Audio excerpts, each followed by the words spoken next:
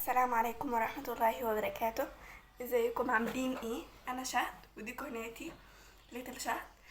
ان شاء الله النهاردة هنصور فيديو جديد، بس قبل ما اوريكم الفيديو متنسوش تضغطوا اللايك والشير والسبسكرايب وفعلوا جرس التنبيه عشان يوصلكم كل فيديوهاتنا الجديدة في القناة دي بإذن الله تعالى. ان شاء الله فيديو النهاردة عبارة عن ازاي نطور من نفسنا وايه المعلومات اللي بتنصحينا بيها عشان نثق في نفسنا ونحاول ان احنا نتطور اكتر واكتر ان شاء الله. اول حاجة انصحكم بيها واول حاجة هنبدأ بيها الفيديو بتاع النهاردة، طبعا يعني الاول قبل بداية الفيديو انا جهزت هنا كل حاجة هقولها لكم باذن الله تعالى في الكراسة دي باذن الله، وهقولها ان شاء الله في الفيديو بتاع النهارده، وان شاء الله تعجبكم باذن الله تعالى. طبعا اول حاجه هبدا بيها الفيديو بتاع النهارده او عنوان الفيديو باذن الله تعالى.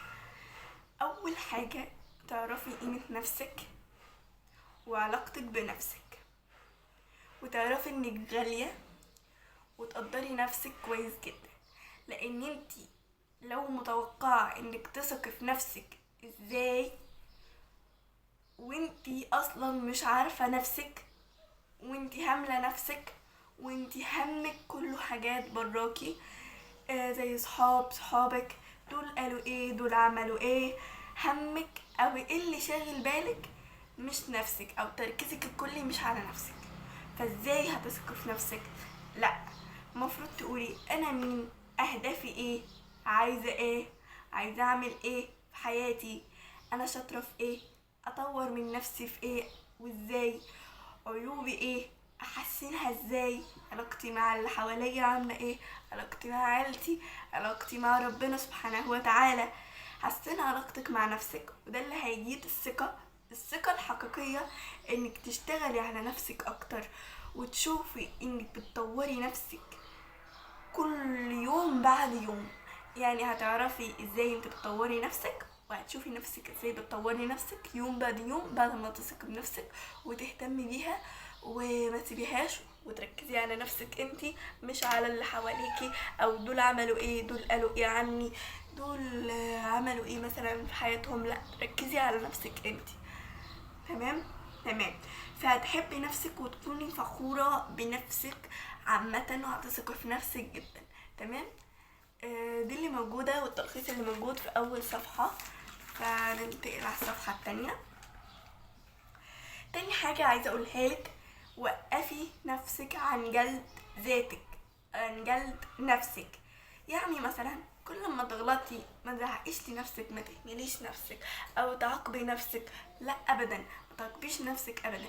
قولي مثلا كل ما تغلطي قولي تمام، نتعلم ونكمل عادي، مش نهاية العالم، لا، بنطور ونصلح من اغلاطنا وما نعملهاش تاني، ونحاول ان احنا نبعد عنها، مش نجلد نفسنا وذاتنا ونقعد نقول يا ريتني ما عملت ده، وليه انا عملت ده، وليه انا عملت كذا، وليه عملت كذا، وليه عملت كذا.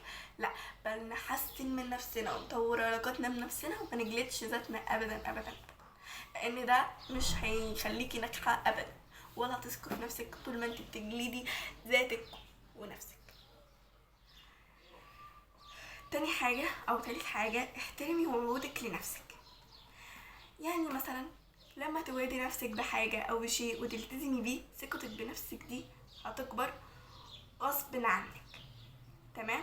زي ايه مثلا؟ لما توعدي نفسك ان شاء الله باذن الله تعالى ان انا مثلا باخر صلاتي، فوعدت نفسي ان انا هلتزم او احاول ان انا التزم بالصلاه واصليها على وقتها، التزم مثلا بصلاه قيام الليل، التزم بالشفع والوتر، التزم بالسنن، التزم بقراءه الاذكار.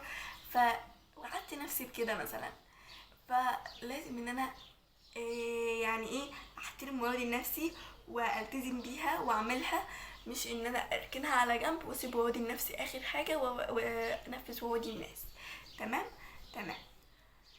ومثلا وعدتي نفسك انك تنجحي فتنجحي عشان تنفذي اللي انت وعدتيه لنفسك، شبه ما انت عايزه مثلا الناس تنفذ الوعود اللي هم ايه قالوها لك. تمام. وتوقفي عن المقارنه، يعني ما تقارنيش نفسك بإنسانة تانية أو بشخص تاني أو بصاحبتك. ما تقارنيش نفسك بالسوشيال ميديا، ما تقارنيش نفسك بالبنات اللي على السوشيال ميديا، ما تقارنيش جسمك بجسم حد، ما تقارنيش وشك وشكلك بجسم حد وشكل حد ووش حد. ما تقارنيش نفسك بأي حد، لأن كل إنسان أو كل إنسانة عندها طريقها. فانت لو اتبعت طريقها كده انت بتضيعي طاقتك بدل ما تبنيها.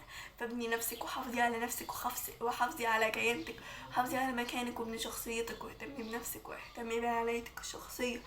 وما تخليش حد مثلا يقول على كلام وحش. حاولي انك تطوري من نفسك، حاولي انك تحسني من نفسك وتحسني من ذاتك بدل اما تكرهي نفسك في نفسك. فاهمين؟ تمام. يعني كل بنوته ليها طريقتها الخاصه. فالناس اللي مثلا على السوشيال ميديا لما نيجي نقارن نفسنا بيهم، هم مثلا بيبقوا حاطين فلاتر، ما بيبقوش دول شخصيتهم الحقيقيه يا بنات. كل حد على السوشيال ميديا حاطط فلاتر. ما تقارنيش اي حد بنفسك باي حد حرفيا. اهتمي بنفسك، كوني نفسك، كوني شخصيتك، كوني ذاتك، كوني معلومات، ثقفي نفسك، اهتمي بنفسك، اعتني بنفسك عناية شخصية وعناية كلية برضو. ف مثلا ما تهتمش مثلا بنفسك بس من المظهر، لا اهتمي بنفسك من جوه، من جواكي انت كبنوته وكعسوله باذن الله تعالى. وان شاء الله تثقي في نفسك اكتر. كل ما نوقف مقارنه كل ما نثق في نفسنا باذن الله تعالى اكتر. حصي نفسك او خلي المحيط بتاعك يكون مليان بالناس الصح، وكوني مع الناس الصح او اللي انت شايفاهم شبهك. الناس اللي هيشجعوكي ويشوفوا فيكي الجمال ويساعدوكي ويخلوكي انك توصلي للمراتب من النجاح. زي ما بيقولوا كده ايه، مثل بيقول الصاحب ساحب. يعني لو هو صالح وكويس وعنده معلومات ومثقف هيسحبك معاه في المكان اللي هو بيروح فيه. لو هو مش كويس اكيد هياخدك معاه في طريق الوحش ويقولوا عنك ان انتي وحشة عشان انتي روحتي مع الصاحب ده. هم عارفين مثلا ان هو الصاحب ده مش كويس. تمام. واهتمي بنفسك عناية شخصية. يعني اهتمي بنفسك. مثلا انتي عايز العبي رياضة، اهتمي باكلك، اهتمي بصحتك، اهتمي بلبسك، اهتمي بشخصيتك، اهتمي بثقافتك، اهتمي بنجاحك. تمام. اهتمي واعتني بنفسك، لان العناية بالنفس بتخليك تثقي في نفسك اكتر، تحبي نفسك اكتر. اخر حاجة هنختم بيها فيديونا للنهاردة، الكتمان. الكتمان يا بنات، الكتمان ده افضل حاجة باذن الله تعالى. ان شاء الله ده يوصلك لنجاح. مثلا لو بتلعبي رياضه ما تقوليش لحد انك بتلعبي رياضه. مثلا لو بتطوري وبتذاكري وبتحسني من نفسك ومن تصرفاتك ما تقوليش لحد ان انا بعمل كذا وكذا وكذا. خليهم يتفرجوا ويشوفوا النهايه وطريقتك اللي انت وصلت لها والنتيجه بتاعتك، عشان هما كمان يحاولوا ان هما يكتموا نفسهم ويكتموا اسرارهم وحياتهم. مش كل حاجه لازم نقولها، مش كل حاجه صاحبتي لازم تبقى عارفاها ابدا والله. مش كل حاجه لازم تكون حياتنا كلها منشوره، لا في اسرار. مش كل حاجه لازم تبقى مكشوفه. ما تقوليش دي مثلا صاحبتي دي البيست فريند ما اخبيش عنها حاجه. لا انا ما قلتلكش كده. في حاجات لازم تخبيها، لازم تكتميها، لازم تسكتي انك ما تقوليهاش. تمام. عشان يتفاجئوا بنتيجتك.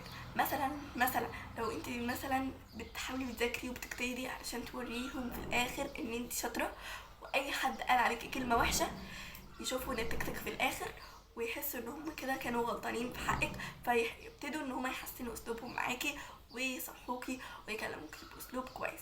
تمام. فكمان شيء كويس جدا وبيبني الثقه بالنفس، بيخليك تكوني مهتميه بنفسك اكتر وتحبي نفسك اكتر وتثقي في نفسك اكتر وتطوري من ذاتك وحياتك.